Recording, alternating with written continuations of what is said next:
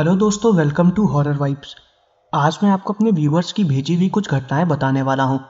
ये सारी घटनाएं गांव देहात की घटनाएं हैं और सुनने में बहुत ही ज़्यादा हॉरर है। वीडियो शुरू करने से पहले मैं बता दूं कि अगर आप चैनल पर नए हैं और आपको हॉरर स्टोरीज और मिस्टीरियस स्टोरीज सुनना पसंद है तो आप हॉरर वाइब्स को सब्सक्राइब कर सकते हैं। और अगर आपके साथ भी कोई अजीब सी घटना घटी हो तो आप बाकी व्यूअर्स की तरह मुझे भी उन्हें मेरे इंस्टाग्राम पे भेज सकते हैं। मैं अपने इंस्टाग्राम का लिंक वीडियो के डिस्क्रिप्शन में दे दूंगा। साथ ही वीडियो पसंद आए तो चैनल को सब्सक्राइब करना मत भूलिएगा। वीडियो को लाइक ज़रूर करिएगा। मुझे कमेंट करके ये भी बताइएगा कि वीडियो आपको कैसी लगी और मैं अगली वीडियो किस टॉपिक पर बनाऊं। तो ज़्यादा टाइम ना लेते हुए वीडियो को करते हैं शुरू और खो जाते हैं अंधेरों में। ये पहली घटना मुझको ऋषिका जी ने उत्तराखंड से भेजी है। ऋषिका जी देहरादून की रहने वाली हैं और अब आगे की घटना मैं आपको ऋषिका जी के पॉइंट ऑफ व्यू से बताऊंगा। मेरा नाम ऋषिका है। फिलहाल तो मैं उत्तराखंड में रहती हूँ, लेकिन ये घटना मेरे साथ उत्तर प्रदेश में घटी थी। उस वक्त मेरी उम्र करीब 12 साल की थी। मैं अपनी दादी के यहाँ उनके घर पर गई हुई थी। मेरी दादी का घर बहुत ही ज़्यादा पुराना था। दरअसल जहाँ मेरे दादा दादी रहते थे वो घर करीबन 100 साल पुराना था। वो उनके पुरखों का घर था। दादाजी की मृत्यु तो बहुत पहले हो गई थी और पूरे घर में दादी अकेले रहती थी। उनके साथ उनकी मदद करने के लिए उनका एक नौकर भी रहता था। वो भी काफ़ी बुजुर्ग थे। पापा अक्सर छुट्टियों में मुझे दादी के पास ले जाया करते थे, लेकिन कुछ दिनों से मैंने अपने स्कूल में छुट्टियां ले ली थी क्योंकि मुझे दादी के यहाँ घूमने जाना था। मेरे साथ मम्मी भी आई थी। दादी का घर हमारे गांव के एकदम बीच में पड़ता है और सबसे ज़्यादा बड़ा मेरी दादी का ही घर है। उनके घर में करीबन 7 से 8 कमरे हैं। कुछ कमरों में तो बीते कई सालों में कोई गया भी नहीं है और उनमें ताला लगा है। दादी को भी नहीं याद था कि आखिरी बार उन कमरों को खोला कब गया था या उन कमरों पर लगे हुए तालों की चाबी कहाँ है। इस बार जब मैं मम्मी के साथ उनके यहाँ गई तो उनका घर बहुत ही ज़्यादा गंदा था। दादी शायद ठीक से सफाई भी नहीं करवाती थी। उनकी तबीयत ज़्यादा खराब रहती थी। इस बार जब हम गए तो मम्मी ने बोला कि इस बार वो खुद सारे कमरों की सफाई करवाएंगी। दादी ने कहा ठीक है, जब तक तुम लोग यहाँ पर आए हो तुम लोग यही काम ही करवा दो। उसके बाद मम्मी ने कुछ सफाई वालों को बुलाया और कमरे की सफाई करवाना चालू कर दिया। सबसे पहले मम्मी ने दादी के कमरे की सफाई करवाई क्योंकि वो बहुत ही ज़्यादा गंदा हो गया था। उसके बाद हम लोगों ने गेस्ट रूम की सफाई करवाई जिसमें हम लोग रहते थे। धीरे धीरे बाकी उन कमरों का भी नंबर आया जो काफ़ी सालों से खुले नहीं थे। जब मम्मी ने दादी से उन कमरों की चाबी मांगी तो दादी को कुछ याद भी नहीं था। सफाई कर्मी 2 लोग थे। मम्मी ने फिर उनसे बोला कि जितने भी दरवाजे हैं उन सबके तालों को तोड़ डालो और उनमें नए ताले लगा दो। सारे तालों को तोड़ा गया और उन कमरों को खोला गया।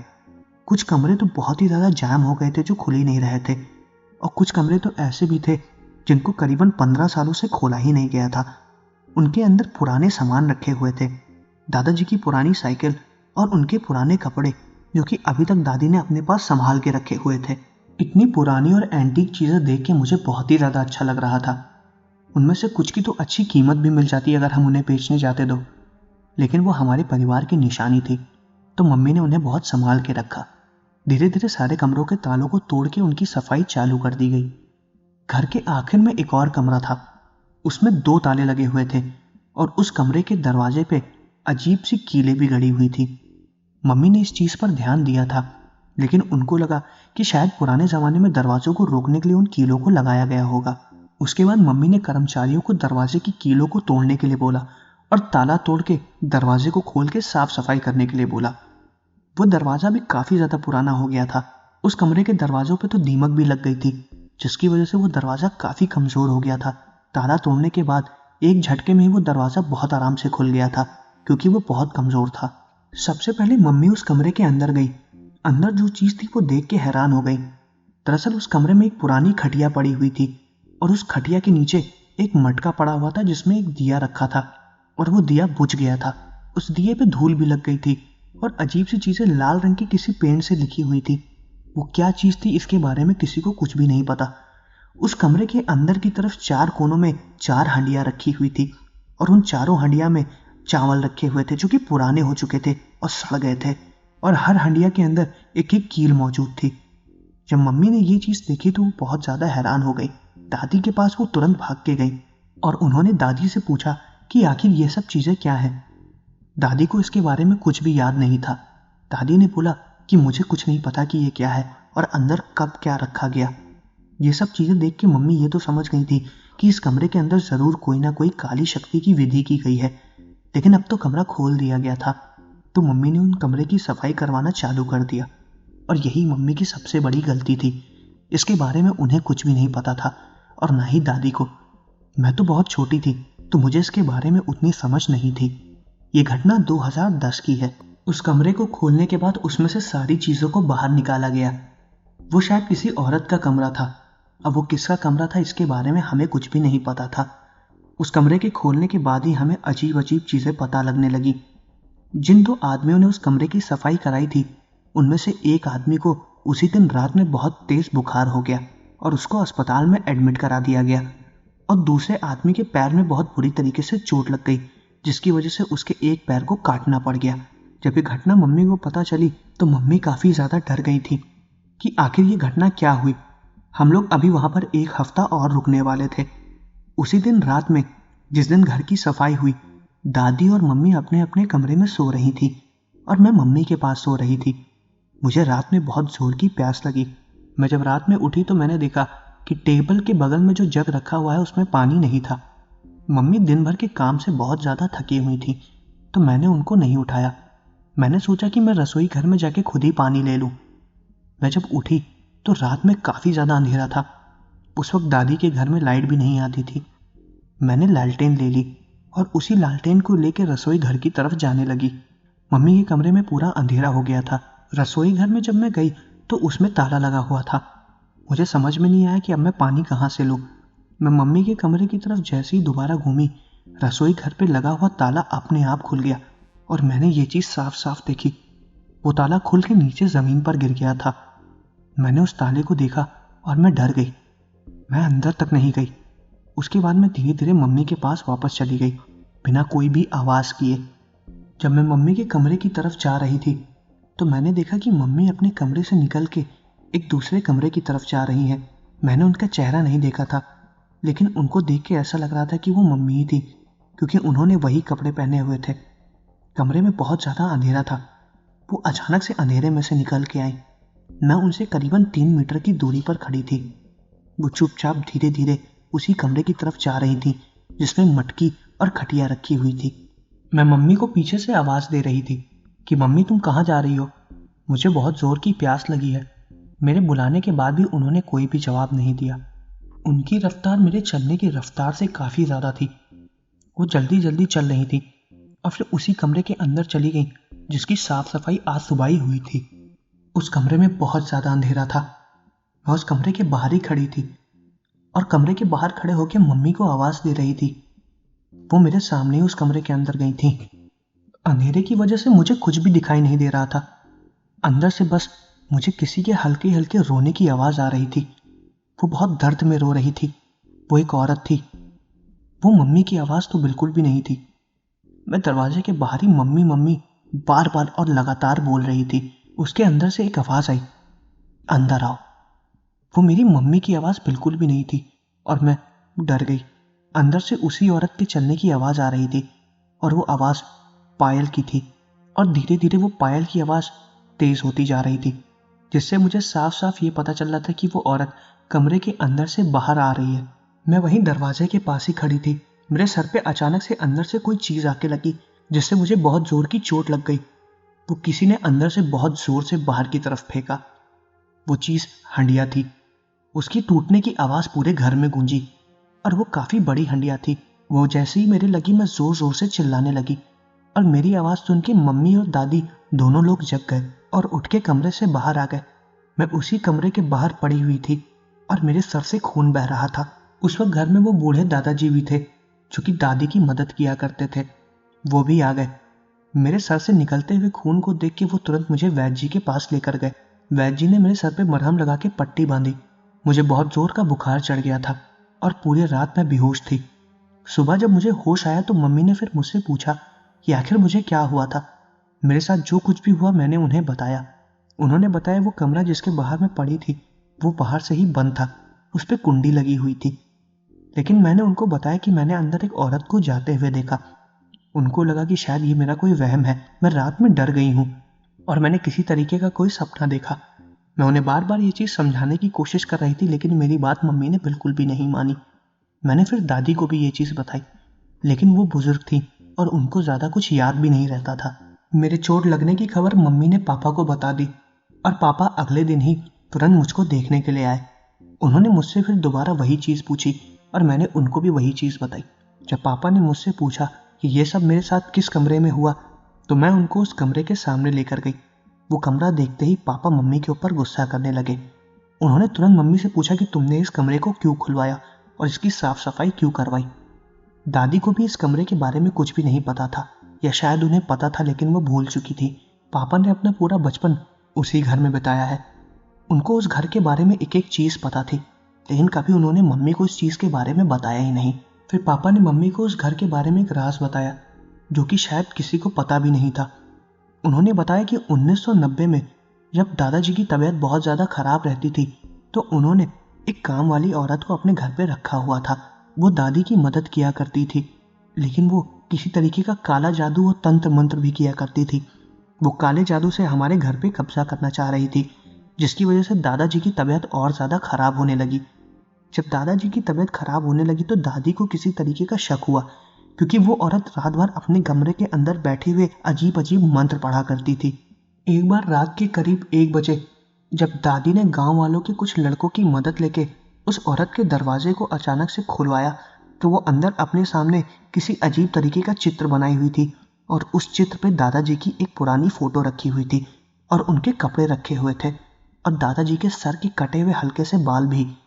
वो पता नहीं क्या करना चाह रही थी, लेकिन सब लोग कहते हैं कि वो दादाजी को अपने वश में करके पूरी जायदाद अपने नाम लिखवाना चाह रही थी। जब गांव वालों ने ये सब चीज़ें देखी तो उस औरत को तुरंत हम लोगों ने घर से बाहर निकाल दिया और उस औरत ने हमारे घर के सामने ही अपने सर को पटक पटक के जान दे दी और गांव वालों ने उसके शरीर को जलाने की बजाय गांव के बाहर के जंगलों में दफना दिया। और ये घटना तब से हमारे घर में घटने लगी।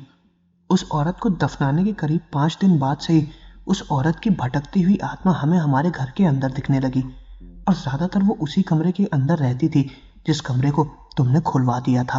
पापा ने मम्मी को यह भी बताया कि उस औरत के दिखने के बाद दादाजी ने एक पुजारी और एक तांत्रिक की मदद से उस औरत की आत्मा को उसी कमरे में बंद करवा दिया और उस कमरे के चारों कोनों में हंडिया से एक कील गाड़ दी, ताकि वो औरत हमेशा के लिए उस कमरे में बंद हो जाए। और उसको फिर ताला लगा दिया गया और उसके ताले पर एक लाल रंग का पूजा करके मंत्र फूंक के धागा बांध दिया गया था, ताकि कभी भी वो कमरा खुले ना। दरअसल वो औरत घर से तो नहीं जा सकती थी, लेकिन उसको घर के एक कमरे में उसकी आत्मा को बंद कर दिया गया। पापा भी इस घटना को भूल गए थे, लेकिन आज इतने सालों बाद शायद उस कमरे के खुलने की वजह से उस औरत की आत्मा अभी भी यहाँ पर भटक रही हो। उसके बाद पापा ने दोबारा उस पुजारी और तांत्रिक को बुलाया। दरअसल ये एक इत्तेफाक की बात थी कि जिस दिन हमारे घर में ये घटना घटी उस वक्त अमावस की रात थी। पुजारी ने बोला कि अगर ऐसी कोई आत्मा अभी भी घर में भटक रही है तो वो उसको अपने साथ बांध के ले जाएंगे और उसको बाहर ही आज़ाद कर देंगे। शायद वो मुक्ति चाहती हो। पुजारी और तांत्रिक ने फिर रात भर उसी कमरे के अंदर बैठ के एक अजीब सी पूजा की। मैं मम्मी के साथ ही अपने कमरे में बैठी हुई थी। उस पूजा की मंत्रों की आवाज़ मेरे कानों में आ रही थी और मुझे बहुत ज़्यादा डर लग रहा था। मैं, मम्मी और दादी एक साथ बैठे हुए थे। रात भर वो तंत्र मंत्र चला और अगले दिन पुजारी अपने साथ एक मृतबान लेकर गए और उस मृतबान को काले रंग के कपड़े से ढक दिया गया था। मम्मी बताती थी कि उसी मृतबान में उस पुजारी ने उस आत्मा को दोबारा बंद कर दिया है और शायद वो उसको अपने साथ लेकर चले गए हैं। अब क्या सच था क्या झूठ ये मुझे नहीं पता, लेकिन बहुत सालों तक ये घटना मेरे दिमाग में ही थी। मम्मी ने मुझे इसके बारे में ज़्यादा नहीं बताया क्योंकि उस वक्त मुझे बहुत बुरी तरीके से चोट लगी हुई थी और मेरी भी तबीयत ठीक नहीं थी। इस घटना के इतने सालों बाद भी मैं उस घर में जाती हूँ, लेकिन कभी भी मुझे ऐसा कुछ अब महसूस नहीं होता है। दादी को गुजरे कई साल हो गए हैं। मैं कभी कभी उस घर में जाती हूँ, वरना वो घर आज भी बंद है और वो हमारे पुरखों का घर आज तक वैसे का वैसा ही है। तो ये थी मेरे व्यूअर की भेजी गई एक पहली घटना। अब मैं आपको एक और दूसरी घटना बताने वाला हूँ जो कि मुझे महेंद्र जी ने भेजी है और महेंद्र जी इलाहाबाद के रहने वाले हैं। ये घटना उनकी नानी के गांव में घटी थी और अब आगे की घटना मैं आपको महेंद्र जी के पॉइंट ऑफ व्यू से बताऊंगा।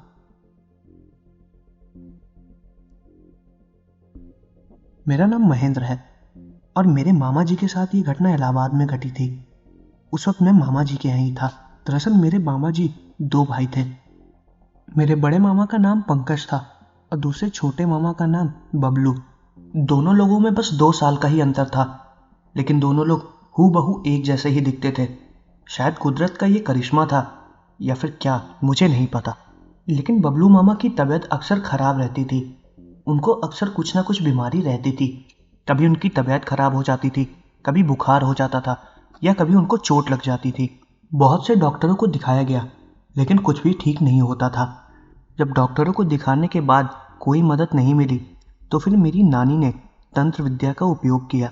वो अपने किसी जानने वाले के पास गई थी जिनके दोस्त तंत्र विद्या और काली शक्ति किया करते थे। उन्होंने जब मेरे छोटे मामा को देखा तो उन्होंने बोला कि उनके ऊपर किसी काली शक्ति का वास है, किसी ने उनके ऊपर कोई काला जादू किया है। अब ये चीज किसने की, इसके बारे में तो किसी को नहीं पता था। तांत्रिक लोग कभी भी एक दूसरे की पोल नहीं खोलते हैं, वो बस इतना ही बताते हैं कि किसी काली शक्ति का प्रयोग किया गया है। मामा को देखने के बाद उन्होंने नानी से बोला कि वो उन्हें घर ले जाए। रात में मामा सो रहे होंगे तो वो मामा के ऊपर एक काले रंग की चादर डाल दे और उस चादर के ऊपर एक नींबू रख दे। उसके बाद जो कुछ भी होगा नानी चुपचाप कमरे के बाहर से देखें और जो कुछ भी दिखे वो बाद में आके तांत्रिक को बताएं। नानी ने उनकी बात मान के वैसा ही किया। रात में जब मामा सो रहे थे तो उन्होंने उनके ऊपर काला चादर डाल दिया और उस तांत्रिक के द्वारा दिया गया एक नींबू रख दिया। करीबन 1 घंटे बाद नानी और बड़े मामा जब खिड़की से झांक के अंदर कमरे की तरफ देख रहे थे तो उन्होंने जो देखा वो देख के हैरान हो गए। उन्होंने देखा कि एक औरत मामा के सर के पास बैठी हुई है और उनके सर के पास उसने अपना मुंह किया हुआ है। उस औरत का चेहरा ढंग से तो दिखाई नहीं दे रहा था, लेकिन उस औरत ने हरे रंग की साड़ी पहनी थी और वो बार बार मामा के माथे को अपनी जबान से चाट रही थी। जो नींबू चद्दर के ऊपर रखा हुआ था वो जमीन पर पड़ा था और उसने चद्दर हटा दिया था। ये देख के नानी और मामा दोनों लोग डर गए। उसके बाद उन लोगों ने दरवाजा बंद कर दिया और सुबह होने का इंतजार करने लगे। अगली सुबह जब मामा उठे तो उनके सर में बहुत जोर से दर्द हो रहा था और तबीयत भी बहुत ज्यादा खराब थी। नानी तुरंत उस नींबू को लेकर तांत्रिक के पास दोबारा गई और तांत्रिक ने जब वो नींबू काटा तो वो अंदर से एकदम लाल हो चुका था। ये देख के तांत्रिक समझ गया था कि मामा के ऊपर किसी चुड़ैल का वास है, इसीलिए उनकी तबीयत हमेशा खराब रहती है। फिर उस तांत्रिक ने नानी से बोला कि वो आज रात में मामा को लेकर आए। उस वक्त मैं घर पे ही था और मैंने ये सब चीजें देखी भी। नानी मामा को लेके उस तांत्रिक के पास गई। तांत्रिक ने मामा को अपने पास बैठा के कुछ मंत्र बोले और वो मंत्र बोलते ही मामा जोर जोर से चिल्लाने लगे। उनके शरीर में बहुत दर्द हो रहा था। वो चिल्लाते हुए ऐसा बोल रहे थे कि उनका शरीर जल रहा है। धीरे धीरे मामा की आवाज एक औरत की आवाज में बदल गई और उस औरत ने बताया बचपन में मामा एक बार खेलते हुए एक जंगल की तरफ चले गए थे और वो उसी वक्त उनके ऊपर हावी हो गई थी और मामा के ऊपर वो औरत करीबन 8 साल से हावी है। ये बात जब नानी को पता चली तो वो बहुत डर गई थी। तांत्रिक ने उस आत्मा को मामा को छोड़ने के लिए भी बोला। उस आत्मा ने बोला कि जब तक वो मामा के शरीर का पूरा खून नहीं पी लेगी और उन्हें मार नहीं देगी तब तक वो शांति से नहीं बैठेगी। जब उस आत्मा ने उस तांत्रिक की बात नहीं मानी तो तांत्रिक ने फिर नानी को बोला कि वो मामा को कुछ दिनों के लिए उसके पास छोड़ के चले जाएं। उस वक्त मामा की उम्र करीब 18 साल की थी। नानी ने उन्हें छोड़ने के लिए मना किया, लेकिन तांत्रिक ने बोला कि अगर वो उन्हें छोड़ के नहीं जाएंगी तो वो मामा की किसी भी तरह की मदद नहीं कर पाएंगे। उसके बाद उस तांत्रिक ने मामा को अपने पास 2 दिन के लिए रख लिया और नानी को घर भेज दिया। 2 दिन बाद जब नानी तांत्रिक के पास गई तो मामा एकदम अच्छी हालत में थे। तांत्रिक ने बताया कि उस आत्मा ने मामा के ऊपर इतने सालों से कब्जा कर रखा था, इसलिए उस आत्मा को भगाने में थोड़ा सा वक्त लग गया। अगर नानी यहाँ पर रहती तो जो भी कष्ट मामा के शरीर ने झेला है वो उन्हें देख ना पाती और वो कष्ट दरअसल उस आत्मा को मिल रहा था, इसलिए नानी को भेजना जरूरी था। और उस घटना को काफी साल हो गए, लेकिन मामा की तबीयत आज तक ठीक है और वो एकदम फिट है।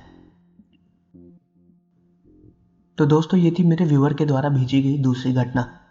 अब मैं आपको एक तीसरी घटना बताने वाला हूँ। ये तीसरी घटना मुझको अनूप सिंह जी ने राजस्थान से भेजी है और अब आगे की घटना मैं आपको अनूप जी के पॉइंट ऑफ व्यू से बताऊंगा। मेरा नाम अनूप है। ये घटना मेरे साथ 2016 में घटी थी। ये घटना काफ़ी छोटी है लेकिन सच्ची है। मैं अपने कॉलेज से एक बार घर की तरफ जा रहा था। मुझे काफ़ी लेट हो गया था। कॉलेज में कोई प्रोग्राम था। उस वक्त मेरे पास कोई साधन भी नहीं था कि मैं जल्दी से घर पहुंच जाऊं।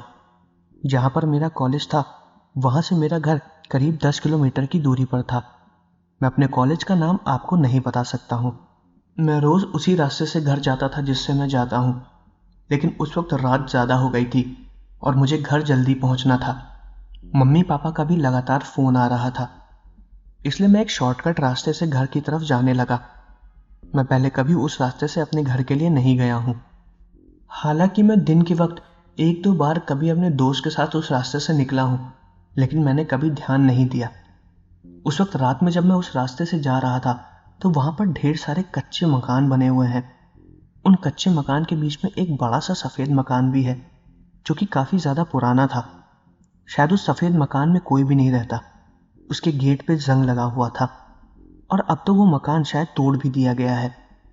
मैं जब उस मकान के सामने से निकला तो मैंने देखा कि उस मकान की बालकनी पे एक औरत खड़ी है। मैंने उस औरत को साफ साफ देखा। वो मेरी तरफ ही देख रही थी। पूरी रोड पर मैं अकेला था और सब कुछ एकदम सुनसान था। अगल बगल के घर वाले भी शायद सो रहे थे या फिर कोई था ही नहीं। जिस रोड पर मैं चल रहा था उस पर लाइट तो जल रही थी, लेकिन वो रोड पूरी खाली थी। उस रास्ते से बहुत ही कम लोग जाते हैं। रात में जब भी कोई ट्रक वगैरह निकलनी होती है तभी वो उस रास्ते से निकलते हैं, वरना वो रोड सुनसान रहती है। मैं उस औरत को देखते हुए धीरे धीरे आगे बढ़ रहा था और वो मुझे ही देख रही थी। उसके बाल एकदम खुले थे। मुझे दूर से उस औरत का चेहरा दिखाई नहीं दे रहा था। काफी धुंधला चेहरा था, लेकिन उसके बाल मुझे साफ साफ दिखाई दे रहे थे। पता नहीं मेरे दिमाग में क्या आया कि मैं कुछ देर के लिए वहीं पर खड़ा होकर उस औरत को देखने लगा और मैंने अपना हाथ उठा के उसको इशारा किया। मुझे नहीं समझ में आया कि आखिर मैंने ऐसा क्यों किया। कुछ देर तक तो वो औरत मुझे देखती रही, लेकिन उसके बाद मेरी आंखों के सामने ही वो औरत अपनी बालकनी से कूद के नीचे की तरफ आ गई और ये देख के मैं एकदम डर गया था। मेरे पैर एकदम जाम हो गए थे और मैंने उस औरत को धीरे धीरे अपनी तरफ आते हुए भी देखा। जब वो मेरी तरफ आ रही थी तो उसका साइज धीरे धीरे बढ़ता जा रहा था। मेरी हाइट करीबन 5 फीट 4 इंच है, लेकिन उस औरत की हाइट को देख के लग रहा था कि उसकी हाइट करीबन 6 फीट की है। वो औरत मुझसे करीबन 3 मीटर की दूरी पर थी। मेरे हाथ पैर बुरी तरीके से जम गए थे। मेरे गले से आवाज तक नहीं निकल रही थी। वो धीरे धीरे मेरे पास आ रही थी और उसका मुंह खुल रहा था। ऐसा लग रहा था कि वो मुझे चबा जाएगी, लेकिन मेरी किस्मत काफी अच्छी थी। जिस तरफ मैं देख रहा था उसी तरफ पीछे से अचानक से एक ट्रक आ गई और उस ट्रक की लाइट सीधा मेरे मुंह पर पड़ी और उस औरत के मुंह पर भी। मेरी आंखों के सामने ही वो औरत अचानक से गायब हो गई और उस ट्रक वाले ने बहुत जोर से हॉर्न बजाया था। उस ट्रक वाले के हॉर्न बजाते ही ऐसा लगा कि जैसे मैं होश में आ गया हूँ और फिर मैं तुरंत ही उस ट्रक के सामने जाके खड़ा हो गया। उस ट्रक वाले ने तुरंत ब्रेक लगाया। अगर वो सही वक्त पे ब्रेक ना लगाता तो शायद मैं मर जाता। वो ट्रक वाला तुरंत ट्रक से नीचे उतरा और उसने भी वो चीज़ देखी थी। उसने मेरी बात पर विश्वास किया। उसने उस औरत को देख के ही हॉर्न बजाया था। मैं फिर उसके ट्रक में बैठ गया और उसने मुझे रोड की दूसरी तरफ छोड़ा। मैं रास्ते भर में बहुत ज़्यादा डरा हुआ था। उस ट्रक वाले ने मुझे संभाला। अगर शायद वो उस दिन वहां पर ना आता तो शायद मैं मर जाता, या ये घटना बताने के लिए मैं जिंदा भी ना बचता। मेरी किस्मत अच्छी थी। मैंने इस घटना के बारे में अपने घर वालों को भी बताया। मेरी मम्मी काफ़ी ज़्यादा परेशान हो गई थी, लेकिन बाद में सब कुछ ठीक हो गया। उस घटना के बाद से मैं कभी भी रात में अपने कॉलेज से घर की तरफ तो बिल्कुल भी नहीं गया और उसका डर आज भी मेरे अंदर बहुत बुरी तरीके से बस चुका है। लेकिन ये घटना एकदम सच है। तो दोस्तों, ये थी मेरे व्यूवर्स के द्वारा भेजी गई कुछ घटनाएं। मैं आशा करता हूँ कि आपको वीडियो पसंद आई होगी। अगर आपको वीडियो पसंद आई है तो चैनल को सब्सक्राइब करना मत भूलिएगा। प्लीज़ वीडियो को लाइक ज़रूर करिएगा। मुझे कमेंट करके ये भी बताइए कि आपको वीडियो कैसी लगी और मैं अगली वीडियो किस टॉपिक पर बनाऊँ। तो मिलते हैं अगले वीडियो में।